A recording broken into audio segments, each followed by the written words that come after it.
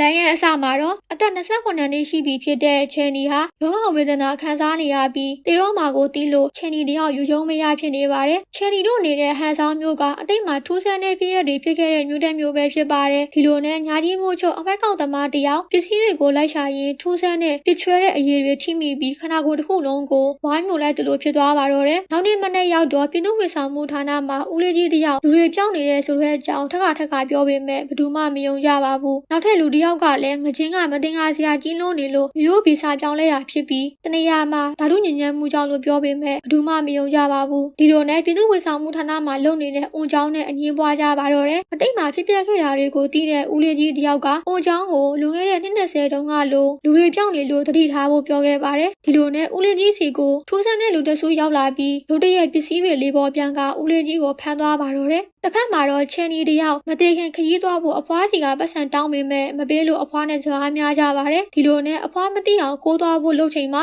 အဖွားစားတောင်းဆိုင်မှာအလုံးလုံးနေတဲ့ဆိုကြဟိုးနဲ့တွေ့ပြီးပတ်စံမရှိပဲဘယ်သွားမလို့လဲလို့မေးတော့ချယ်နီက3900ရမှလို့ပြောလိုက်ပါတော့တယ်ဆိုကြဟိုးကတော့ချယ်နီက3900နဲ့ခရီးထွက်မယ်ပြောတာကိုအတိမတ်ပြီးအားကြနေပါတယ်ဆိုကြဟိုးရဲ့အိမ်ကပြင်လာတာတော့မကြသေးပဲရေယိုလို့အလုပ်တွေရှုံနေပါတယ်ချယ်နီတယောက်ခရီးထွက်ဖို့ပစ္စည်းတွေဝယ်ပြီးပြန်ဖို့လုပ်ချိန်အုံချောင်းကခရီးဆောင်အိမ်ထဲမှာပျောက်သွားတဲ့ဒီဖုံပါဆိုတဲ့လူကိုတက်ပြီးထည့်ထားတယ်လို့ထင်ပြီးလူသက်သမားလို့ချယ်နီကိုဆွဆွဲခဲ့ပါတယ်အထင်လွဲသွားလို့တောင်းပန်မှုလုပ်နေချိန်မှာချယ်နီတစ်ချက်လောက်စော်ထလိုက်ပါတယ်ဒီလိုနဲ့ချယ်နီကဆွန်ကြောင်းရဲ့အိမ်ကိုသွားပြီးခရီးထွက်ဖို့3900ရဖို့သူ့ကိုကူညီပေးရင်တယောက်ကို350စီပေးမယ်လို့ပြောပါတယ်ဆွန်ကြောင်းတို့ကလည်းပတ်စံရမယ်ဆိုတော့ဆင်ဝေစားသွားကြပါတယ်တစ်ဖက်မှာတော့အုံချောင်းမှာလူတွေမသိတဲ့ပစ္စည်းတွေကိုထိန်းချုပ်နိုင်တဲ့တဘာဝလိုစွမ်းအားတစ်ခုရှိနေတာကိုတွေ့ရပါတယ်အတိတ်ကအကြောင်းတွေကိုအုံချောင်းတယောက်စုံစမ်းရင်းအတိတ်ကအကြောင်းတွေကိုအကုန်သိနေတဲ့ဦးလေးကြီးဟာတကယ်တော့ထူးဆန်းတာတွေဖြစ်ခဲ့တဲ့နေရာမှာအလုပ်လုပ်ခဲ့တဲ့လူယုံရေးဝင်နေဆိုတာအုံချောင်းတယောက်သိသွားပြီးသွားချခဲ့ပါတယ်